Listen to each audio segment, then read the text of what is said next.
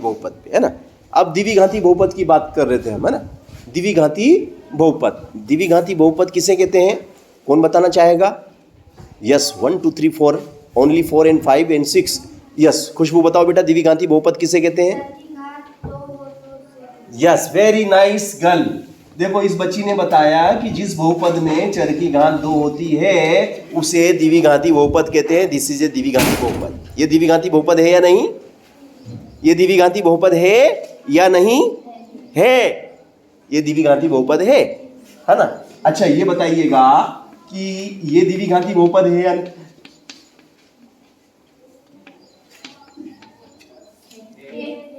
ये भी द्विघाती बहुपद है ना। तो ऐसे बहुपद जिसमें चर की अधिकतम घात 2 होती है द्विघाती बहुपद कहलाते हैं। अब इसका स्टैंडर्ड फॉर्म लिखें अपन। क्या लिखें अपन? Standard form. द्विघाती बहुपद का स्टैंडर्ड व्यापक रूप, वो सीख लेना, वो बैठ जाओ बेटा, वो जरूर आपको याद होना चाहिए। स्टैंडर्ड फॉर्म सबको मालूम होना चाहिए। द्विघाती बहुपद का व्यापक रूप क्या है, जिस उसका असली रूप, है ना। ये तो सब क्या है, उससे उत्पन्न हुए हैं। ax² plus bx plus c, ये सब क्या है, ये व्युत्पन्न है। और ये स्टैंडर्ड फॉर्म व्यापक रूपी है। px = ax² plus bx plus c, ये आपका बहुपद है। द्विघाती बहुपद कहते हैं इसको। कौन सा बहुपद कहते हैं? द्विघाती बहुपद कहते हैं। सबको बात समझ में आ गई? देख लिया सबने द्विघाती बहुपद। अब इस बहुपद के शून्य कितने हो सकते हैं? अधिकतम 2 शून्य हो सकते हैं। इस बहुपद के अधिकतम शून्य 2 हो सकते हैं, है ना। पहला शून्य आप अल्फा मान लो और दूसरा शून्य आप बीटा मान लो। पहला शून्य अल्फा, दूसरा शून्य बीटा मान लो, ठीक है ना। अब जैसे कि मान लो मैंने कोई द्विघाती बहुपद लिखा, है ना। मैंने कोई द्विघाती बहुपद आपके सामने लिखा। मान लो ये मैंने द्विघाती बहुपद आपके सामने लिखा 3x² प्लस 6x, चलो 5x कर लो, 5x plus 2, this is equal px। ये द्विघाती px = 3x² 3x² plus 5x plus 2, ये मैंने एक आपको द्विघाती बहुपद है आपके पास। अब इस बहुपद का पहला शून्य क्या है? पहला क्या माना अपन ने? अल्फा। तो अल्फा बराबर क्या होता है? -b plus under radical b² minus 4ac/2a, इसका अल्फा का वैल्यू होता है। अल्फा = कितना? अल्फा = -b प्लस, यहाँ माइनस हटा दिया मैंने, माइनस किसके लिए लेंगे हम? बीटा के लिए। दूसरा शून्य क्या होगा हमारा? दूसरा बीटा होगा। तो बीटा बराबर क्या हो जाएगा आपका? -b minus under radical b² minus 4ac/2a, this is a beta. Plus लिया तो अल्फा, माइनस लिया तो बीटा। ओके। अब आप देख रहे हैं, क्या देख रहे हैं आप, कि देखो ये जो आपके पास बहुपद है, इस बहुपद की अपन व्यापक रूप से तुलना करेंगे तो क्या हो जाएगा बेटा? ax² plus bx plus c। Okay, यहां तक सबको क्लियर है? अब a कितना है आपका? a 3, तो भैया a की जगह आपको 3 बिठा दो। c कितना आपका? 2, तो c की जगह 2 बिठा दो। अच्छा b कितना भैया आपका? b कितना आपका? b आपका 5।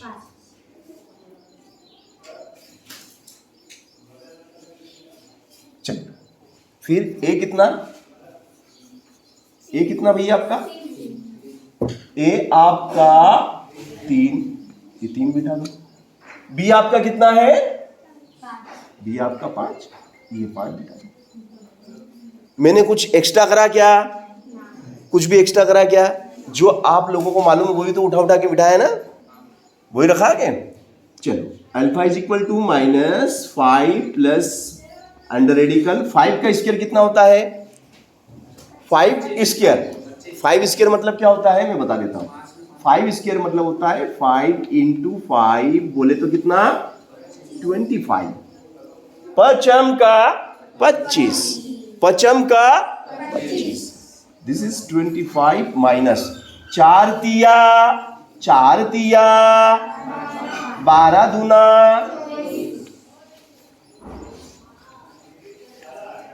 2 तिया, चलो अल्फा बराबर क्या -5 प्लस माइनस 25 में से 24 गया तो नीचे। बात समझ में आ गई सबको? यहां तक बात समझ में आ गई? चलो अब 1 का वर्गमूल कितना होता है? 1 का वर्गमूल 1 ही होता है, अपने दिमाग में फिट कर लो। सॉरी यहां माइनस कैसे लगा दिया? -5 प्लस 1/6। ठीक है, यहां तक बात समझ में आ गई? अब -5 में से 1 कम करो, प्लस का जैसे -5 है, ऋण कितना है 5 और जमा कितना हो गया 1। ऋण है 5 ने जमा कर दिया 1, तो अब ऋण कितना रह गया? ऋण का 4, तो ये ऋण का 4/6। अब 4 और 6 कौन से टेबल में आते हैं? 2 के टेबल में। तो 2 से कितनी बार? 2 बार। और 2 से कितनी बार? 3 बार। 2 तिया 6, 2 से 3 बार कटा। 2 से कितनी बार कटा? 2 दूनी 2 बार कटा। क्लियर है सबको? अब भैया कितना उत्तर आ गया आपका? 2/3। ये क्या है? किसका वैल्यू है? Alpha is equal to 2/3। पहला शून्यक हमने निकाल लिया। पहला शून्यक आपके सामने है। पहला शून्यक कितना है? Alpha equal 2/3। 2/3। ओके। अब सेकेंड जीरो कैसे निकलेगा? अब हम सेकेंड जीरो आपको वो भी निकाल के दिखाते हैं। देखो beta is equal to -b minus under radical b² minus 4ac/2a। Okay, आ जाओ। ये आपका क्या है? सेकेंड जीरोस है ना, सेकेंड जीरो है ना, ठीक है ना। ये आपका सेकेंड जीरोस दूसरा शून्य बीटा। तो beta is equal to minus B बोले तो कितना? बी बोले तो बताओ मुझे। बी की जगह कितना रख दूं? 5 माइनस 5 का वर्ग माइनस 4। ए कितना बेटा? बोलो। सी कितना? 2। सब बोला करोगा ना, चलो, क्योंकि आपको खुश होना चाहिए कि आपकी आवाज़ रिकॉर्डिंग हो रही है। तो हर बच्चा अपनी आवाज़ को सुनना चाहता है कि नहीं चाहता है ना? तो बोलोगे तो रिकॉर्ड होगा। चलो 2। ए बोले तो कितना? 3। चलो ठीक है। अब इस तरीके से हम आगे हैं। Beta is equal to -5 plus minus under radical 5² is 25। सही बात है ना? एंड -4 3 जा 12, 12 2 जा 24/2 3 जा 6। ओके। और बीटा इज इक्वल कितना हो गया? -5 minus 25 minus 24 is 1/6 is equal -5 and -1/6। देखो 1 का वर्गमूल 1 ही होता है। 1 का वर्गमूल 1 होता है। तो देखो ऋण के 5 ऋण का 1, ऋण के 5 ऋण का 1, ऋण के 5 ऋण का 1, ऋण के 5 ऋण का 1। बताओ बेटा रूप सिंह, तुम कितना हो गया ये टोटल? ऋण का 5 ऋण का 1, ऋण को 5 ऋण का 1, कितना हो गया? ऋण का 6। गुड, बढ़िया। ऋण के 6/6 और 6 से 6 मर गया एक बार। 6 एकम 6, 6 एकम 6। तो बीटा इज इक्वल कितना? बीटा का वैल्यू कितना है भैया? Beta is -1। ओके। तो देखो हमने आपके सामने दिए गए बहुपद के दोनों शून्यक आपको निकाल के दिखाए ना। समझ में आ गया? ये मेथड सबको समझ में आ गई? अल्फा एंड बीटा डायरेक्ट कैसे निकाला जाता है? डायरेक्ट शून्यक निकाला। क्या निकाला हमने इससे? डायरेक्ट आपके सामने शून्यक आ गया। और एक मेथड और है। कौन सी मेथड है वो? एक मेथड और है निकालने की। बहुपद को हम पहले क्या करेंगे? बहुपद को हम पहले क्या करेंगे? वर्ग समीकरण में बदलेंगे। बहुपद को देखो, ये मेथड सबको कॉन्सेप्ट क्लियर हो गया ना? चलो सेकंड मेथड ही बता देता हूं। सेकेंड मेथड मेरे पास और है, वही बता देता हूँ, है ना। इसमें तो आपको कुछ भी दिमाग नहीं लगाना पड़ा क्या? ए को उठा के रखा, बी को उठा के रखा, सी को उठा के रखा, उत्तर आ गया, यही करा ना। मगर उसमें थोड़ा सा आपको दिमाग लगाना पड़ेगा कि गुणा करे तो इतना, जोड़े तो इतना, घटाए तो इतना, ये थोड़ा सा उसमें एडवांस बनना पड़ता है। तो देखो अब वो एडवांस वाला तरीका भी देख लो आप। हम क्या करेंगे, शून्य ज्ञात करने के लिए, हमें शून्य ज्ञात करना है ना, शून्य ज्ञात करने के लिए हम पी एक्स बराबर क्या लिख देंगे, 0। क्यों लिख देंगे? क्योंकि हमें शून्य ज्ञात करना है। क्या ज्ञात करना हमें? ब्रैकेट में लिख लो, शून्य ज्ञात करने के लिए, शून्य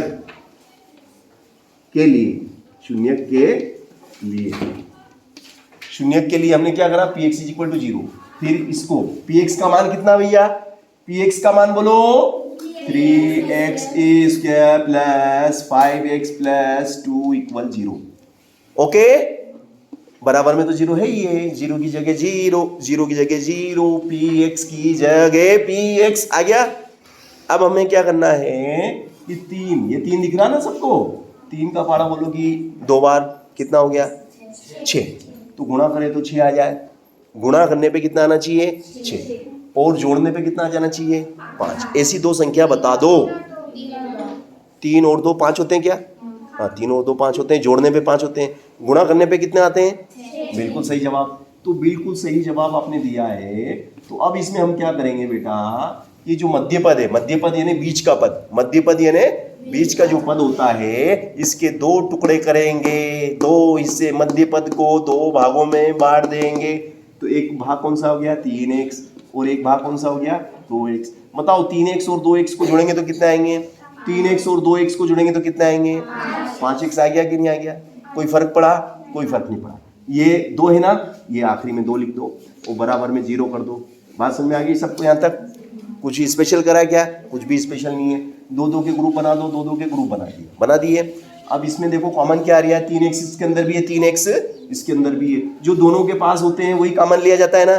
तो 3 इसमें है, 3 इसमें बाहर आ गया, x इसमें बाहर आ गया। यहाँ x की घात कितनी है, 2, x की घात 2 में से 1 बाहर आ गया, तो 1 रह गया कि नहीं रह गया?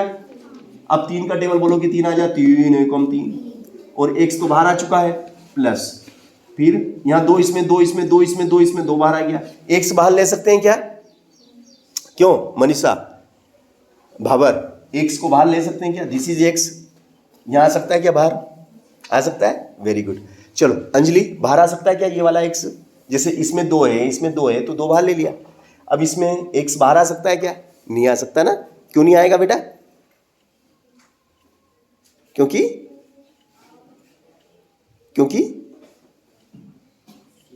चलो तुम बताओ, पंकज तुम बताओ बेटा, क्यों बाहर नहीं आएगा? ये इसमें तो है और इसमें नहीं है। बैठ जा, वेरी गुड, सही जवाब। अरे भैया इसमें कहाँ है? आप किसी से चंदा इकट्ठा करेंगे, मान लो आप चंदा इकट्ठा करने गांव में गए, आप सबसे बोल रहे हैं कि भाई 1,000 रुपये सबसे लेंगे, ठीक है। अब मेरे पास आए तो मेरे जेब में 1,000 रुपये थे, मैंने दे दिए। अब मेरे पड़ोसी के पास गए, उसने भी बटवा निकाला, मगर उसके बटवे में से 900 रुपये निकले। कितने निकले? अब वो 900 रुपये दे दिया तो वो क्या कह रहा है कि 1,000 लूंगा। समझ रहे हो ना? तो वो चंदा नहीं दे पाएगा ना, कहाँ से देगा, है ही नहीं उसके पास। तो हमें ये देखना है कि भाई सबके पास होना चाहिए तो ही कॉमन लिया जाएगा, अन्यथा नहीं लिया जाएगा। तो ये 2 इसमें है, 2 इसमें है, तो इसने दे दिया। x इसमें तो है बट इसमें नहीं है। नहीं दिखता? दिखता है ना आप लोगों को? दिखता है? दृष्टि दोष तो नहीं है? निकट दृष्टि दोष, दूर का नहीं दिखता आप लोगों को? क्या दिखता है? चल बैठ जा। तो भैया इसमें x नहीं है, सीधी सी बात बोल दो ना, सर इसमें x कहाँ है, कहाँ से ले लेंगे बस। अच्छा ये बाहर आ गया, क्या रह गया भैया? x रह गया। ये बाहर आ गया, ये बाहर आ गया, तो कुछ रह गया यहाँ पे? कुछ नहीं, मगर लिखना पड़ेगा। 2 का पड़ा बोलो 2 आ जाए, 2 का पड़ा बोलो 2 आ जाए, कुछ नहीं बचा तो वहाँ 1 लिखना पड़ेगा कि यहाँ पे कोई व्यक्ति बैठा हुआ था, उसके नाम का खूंटा गाड़ना पड़ेगा यार। यहाँ कोई व्यक्ति, 2 बाहर आ गया तो क्या हो गया, यहाँ पहले था, तो ये समझ गया मेरी बात को? वापिस कोष्टक खोले तो वापिस यही आ जाना चाहिए। हेलो, कोष्टक खोलने पे वापिस वही आना चाहिए। चलो 2 में x का गुणा करो, 2 में x का गुणा करो, 2 में x का गुणा करो, 2x, फिर 2 में 2 का 1 में गुणा करो, 2 का 1 में गुणा करो, वापिस आया कि नहीं आ गया? उल्टा भी वही आना चाहिए, रिवर्स भी वही होना चाहिए। जब हम इसका रिवर्स जाएंगे तो सेम आना चाहिए। आ रहा है कि नहीं सेम, है ना? चलो अब ये देखो, ये वाला ब्रैकेट और ये वाला ब्रैकेट दोनों में सेम है कि नहीं है? तो दोनों में है तो इसको हम क्या करेंगे, कॉमन ले लेंगे। इसको हमने कॉमन ले लिया तो अब अंदर क्या रह गया, यहाँ पे क्या बचा, यहाँ पे केवल 3x बचा, यहाँ पे धन का 2 बचा। चलो ये वाला कोष्टक बता दो, और बराबर में क्या है, 0। सबको बात समझ में आ रही है यहाँ तक? फिर यहाँ से क्या करेंगे, x + 1 = 0, इस ब्रैकेट के बराबर 0, फिर यहाँ से इस ब्रैकेट के बराबर 0। तो यहाँ से ये 1 उठ के उधर जाएगा तो क्या हो गया, ये धन का 2 उधर गया तो क्या हो गया, धन का 2 ऋण 2 हो गया। और ये 3 कहाँ पे आ गया, 3 गुणा में है ना, देखो धन का 2 उधर गया तो क्या हो गया, ऋण का। और ये 3 तो गुणा में, गुणा वाली चीज कहाँ जाती है, बटे में। गुणा वाली चीज कहाँ जाती है, अब इसमें तो कुछ गुणा में था नहीं, अगर यहाँ पे भी कुछ होता तो वो बटे में आता। यहाँ था क्या, कुछ नहीं था। समझ गए मेरी बात को? तो कैसे हमने इसके शून्यक निकाले? अच्छा, पहले जो मैंने शून्यक निकाले थे वो कुछ और आए थे क्या, कि वो भी यही थे सेम? अल्फा का मान इतना ही था, बीटा का मान यही था, है ना? समझ गए ना? तो एक मेथड वो है जो डायरेक्ट मैंने आपको बता दी कैसे शून्य ज्ञात करना है, और ये सेकेंड मेथड। अच्छा, दोनों में से सरल विधि कौन सी लग रही है आपको? है एक तो डायरेक्ट निकल गया अल्फा, डायरेक्ट निकल गया बीटा। अभी आपको शून्य निकालने को दिया, आपने डायरेक्ट निकाल लिया। तो जो भी तुम्हें अच्छा लगे उसको सीख लो, जो भी अच्छा लगे, समझ गए ना? ये तुम्हारे लिए हमने बताया। चलो अब इसके बाद में शून्यक हो गया, आपको शून्यक का समझ में आ गया ना? अच्छा, शून्यक से मालूम पड़ गया ना आपको शून्यक किसे कहते हैं? ऐसा संख्यात्मक मान, ऐसा किसी बहुपद का शून्यक ऐसा संख्यात्मक मान होता है जो उस बहुपद में प्रतिस्थापित करने पर पूरे बहुपद को शून्य बना देता है ना?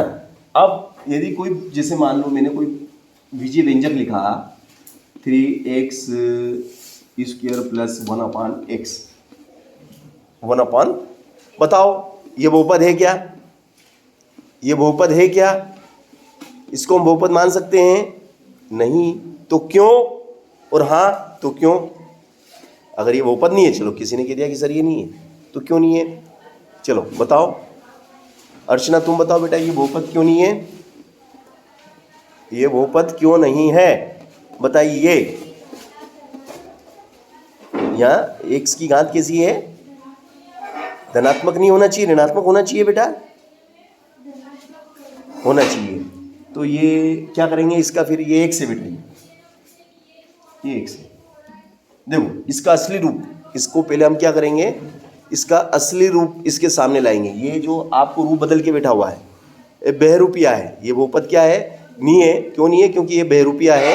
पहले इस बहरूपिये को हम क्या करेंगे, इसके असली, इसका जो नकली मुखौटा हटा देंगे। नकली मुखौटा हटा के असली इसका मुंह लगाएंगे। तो देखो ये 1 से ना, ये नीचे से कहाँ जाएगा, ऊपर जाएगा। तो जब ये x की घात यहाँ कुछ नहीं मतलब 1 है, तो धन की 1 है तो नहीं लिखेंगे, मगर जब ये ऊपर जाएगी तो क्या की हो जाएगी, ऋण की। ये 1 से उठ के ऊपर गया तो क्या हो गया, इसका पावर क्या हो गया, ऋणात्मक हो गया, पावर ऋणात्मक हो गया। अब हमें मालूम पड़ा कि अरे ये तो बहुपद नहीं है, बिकॉज क्योंकि x का जो पावर है वो कैसा है, ऋणात्मक है, नेगेटिव है ना? बैठ जाओ। तो ऋणात्मक अगर पावर होता है तो वो बहुपद नहीं होता है ना? मगर उसने अपने को घुमाने के लिए, देखो परीक्षा में ऐसा पूछ लेंगे वो रूप बदल के, तो तुम सोचोगे अरे यार सही तो है, x की घात धन की, x की घात धन की, धन की, धन की, सर भी तो धनी धन के एरिया था, बस ये तो बहुपद है। नहीं, पहले तो इस बहरूपिये को हमें सही करना पड़ेगा, इसको असली रूप में लाना पड़ेगा। तो असली रूप तो ये हुआ, असली रूप तो ये है। फिर यहाँ असली रूप में जैसे आया तो हमें मालूम पड़ गया, अरे ये तो ऋण का है रे, पावर, इसकी घातांक ऋणात्मक है और ये बहुपद नहीं है। चलो अगर मान लो कभी आपसे तो एक एक नंबर में ऐसी चीजें पूछी जाती है, हाँ? जैसे उसने पूछ लिया x की घात 5 धन 1/x3। अब बताओ ये बहुपद है या नहीं, आप बताइए श्रवण, ये बहुपद है या नहीं, मुझे तो ये बता दो तुम कि ये बहुपद है या नहीं, इसका जवाब दीजिए। बहुपद है या नहीं, बताओ। नहीं है? क्यों नहीं है बेटा? क्योंकि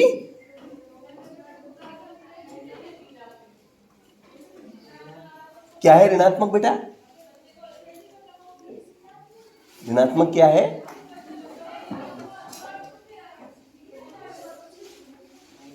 माइनस है। क्या है माइनस? क्या है?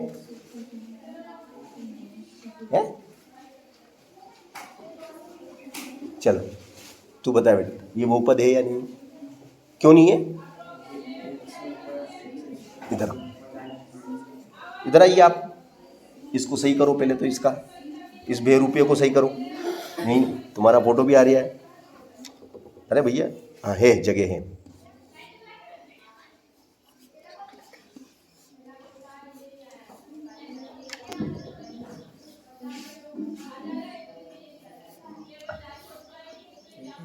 एक लिखने की जरूरत नहीं, कॉमन सेंस रहता हो तो एक तो रहता ही। ये तो यहाँ x की घात क्या है? -3 है। -3 जो कि ऋणात्मक है, इसलिए बहुपद नहीं है। विशाल नरवरिया के द्वारा बताया गया कि यह बहुपद नहीं। वेरी गुड, इस बच्चे के लिए ताली बजा दो सब। तो इस टाइप से भी वो पूछ सकता है आपसे, घुमा घुमा के पूछेगा, समझ गए ना? मगर तुमको नहीं घूमना है, तुमको नहीं घूमना। वो घुमाने की कोशिश करेगा मगर तुमको नहीं घूमना। तुमको दिमाग को संतुलित बनाए रखना है और उसको पहले सही रूप में लिखेंगे। सही रूप में लिखने पे आपको मालूम पड़ जाएगा कि ये बहुपद है या नहीं। चलो कभी उसने ऐसा पूछ लिया कि बताओ ये बहुपद है क्या? ये बहुपद है क्या? नहीं है ना? तो ये बहुपद क्यों नहीं है? अब ये प्रश्न बनता है। चलो विशाल तुम बताओ बेटा, ये बहुपद क्यों नहीं है बेटा? ये बहुपद क्यों नहीं है?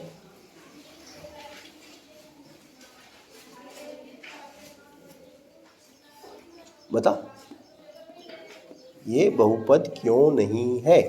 ये प्रश्न बनता है। चलो गीता बता बेटा। बहुपद इसलिए नहीं है क्योंकि बट्टे में आधी संख्या। Very good, sit down.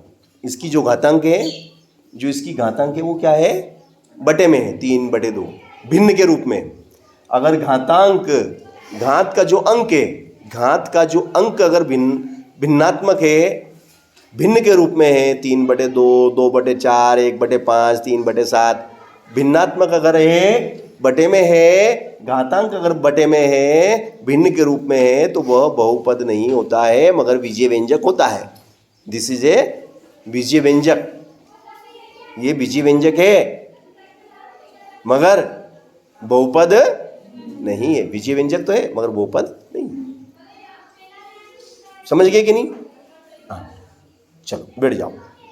तो ये इस टाइप से आपसे पूछा जा सकता है, तो आपको उस समय सही जवाब देना है।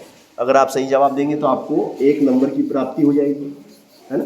1 नंबर मिल जाएगा। और सही जवाब नहीं देंगे तो नंबर माइनस हो जाएंगे आपके, है कि नहीं? तो बस इतना सा ध्यान देना है कि कब बहुपद होता है, कब नहीं होता है।